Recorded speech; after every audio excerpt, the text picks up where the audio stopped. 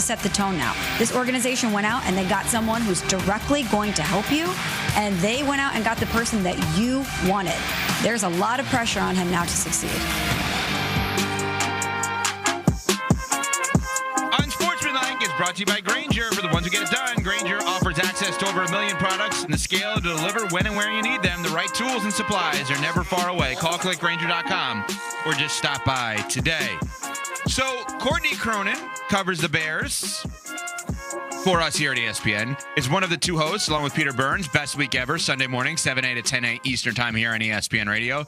And gave a suggestion for where the owner, quote unquote, of the Chicago Bears should go, a.k.a. Aaron Rodgers. Is he finally at the point of self-actualization to realize maybe my best role is to bring on the next generation? Because he wouldn't do it with Jordan Love. What about a place like Chicago? Nobody wants to watch what we saw with the Jets the last 2 seasons, especially this year. Nobody wants to watch mid-Aaron Rodgers as a starter. I want to watch Aaron Rodgers in the quarterback room developing the next great Aaron Rodgers. Okay, Aaron Rodgers to the Bears as a backup? Is that what I'm understanding here? That's what it sounds like. He's certainly not going to be the starter. Caleb Williams was the number 1 overall pick. And part of the reason why Ben Johnson took the job. Yeah, so if Aaron Rodgers goes to the Chicago Bears, he is firmly entrenched as the number 2 quarterback. And you wouldn't think about Aaron Rodgers in that light, but I kind of get where Courtney is going with this deal. Because if you're a player that's as talented as Caleb Williams, there aren't too many guys that a team could bring in as a backup quarterback that you would want to listen to, right? Mm-hmm. Because nobody is going to match the level of talent that you're bringing to the table, and nobody is going to have the credentials, the accolades that you would have to respect in that role. You would have to be deferential to in that quarterback room. Save Aaron Rodgers. You bring in a guy that's won 4 MVPs, won a Super Bowl, and all of a sudden, if you're Caleb Williams and Aaron Rodgers is telling you you need to look at a play differently, then that matters. The only question is I don't know that Aaron Rodgers would have an appetite to do something along those lines. Now, I have a hard time being able to find a landing spot for him to be a starting quarterback in this league. But if you're talking about Aaron Rodgers accepting a backup quarterback role around the NFL, Chicago might not be the worst place, might not be the worst fit for him and for Caleb Williams. But we're talking about Caleb Williams stepping into a sophomore season and turning the page from what happened last year, where he was sacked all the time, where he was calibrating in real time while the second overall pick in Jaden Daniels was thriving. We saw Bo Nix take a big step forward. Obviously, Drake May looks like the guy in New England. This is the time for Caleb Williams to have stability. He got the head coach that he wanted. He wants Ben Johnson to push him, to challenge him. So I understand the thought process of bringing in a respected voice like Aaron Rodgers, who, if Caleb Williams had the same career as Aaron Rodgers, great success. Home run. You won 4 Home MVPs run. and you brought a Super Bowl to the Bears. Great job. You could only hope that he has the career that Aaron Rodgers does. But we're talking about an organization that has been dysfunctional for quite some time. We're talking about a young quarterback that needs to take that next step. Why would we bring in somebody who, no matter what he does, is going to be a distraction? Well, here's the thing. He's less of a distraction when he's your backup quarterback. I don't know about that. Well, you don't think if Caleb Williams struggles that then all of a sudden it's this big conversation, put in Aaron Rodgers, put in Aaron Rodgers. If Caleb Williams struggles, it's a big conversation whether Aaron Rodgers is there or not. But when you have that guy as your backup, the sense of urgency might feel a little higher. Sure. I guess my whole point is I don't know that people will care as much about what Aaron Rodgers would have to say if he's not the starting quarterback.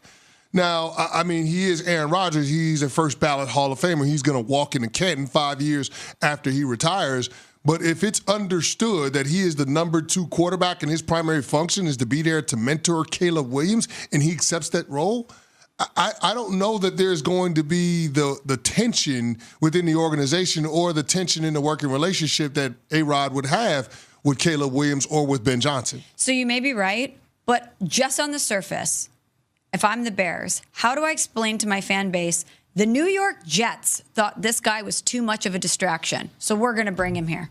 We're going to start the Ben Johnson regime with a guy that was cast off by the New York Jets. It doesn't really feel like the thing to do to put your best foot forward as you step into a new chapter? I think there's a better chance of me as the backup for Caleb Williams than Aaron Rodgers.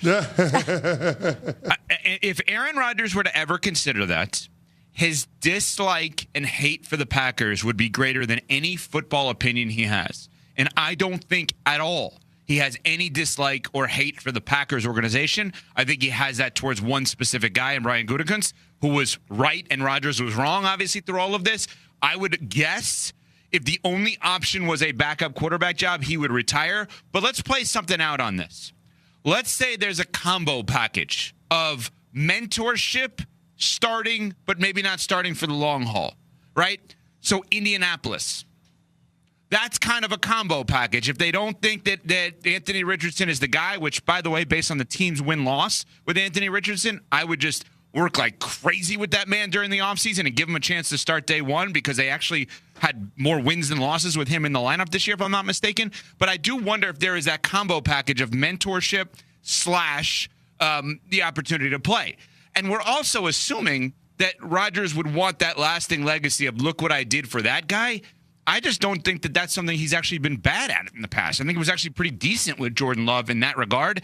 But if this is where we're at, where we're literally throwing out a hypothetical, which I think is wild, of Aaron Rodgers to the Bears, CC, not only will you be right, you will be right with flying colors because you said before last season that he will not play after this year in the NFL if he struggles.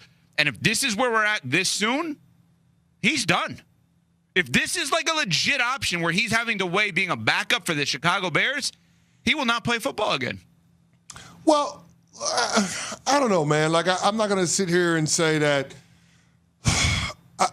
you can't get inside the mind of a player, and I'm certainly not going to try to get inside the head of Aaron Rodgers. So if he wants to continue his career, even if it's in a backup role, who am I to say any different, right? It's his career. He can do what he wants with it. I will say this. When it comes to his overall legacy, we spent a hell of a lot of time last week talking about his 2 years with the Jets being the top line of the resume, the thing that people remember the most.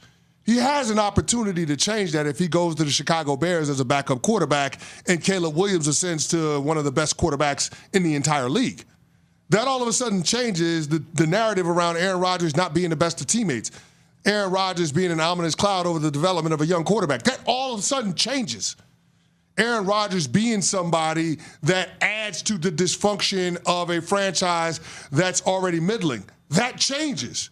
You go to the Chicago Bears, you check both of those boxes off if Caleb Williams turns the corner, and, oh, by the way, the team starts doing some high-level winning. So I would say that there is an opportunity for Aaron Rodgers to enhance his legacy in a backup role in Chicago, even without being the guy. Mm-hmm. So I don't know, man. We'll have to wait and see what happens. You just said something fascinating. I don't think it's crazy that Aaron Rodgers could potentially be a backup in the NFL this coming season.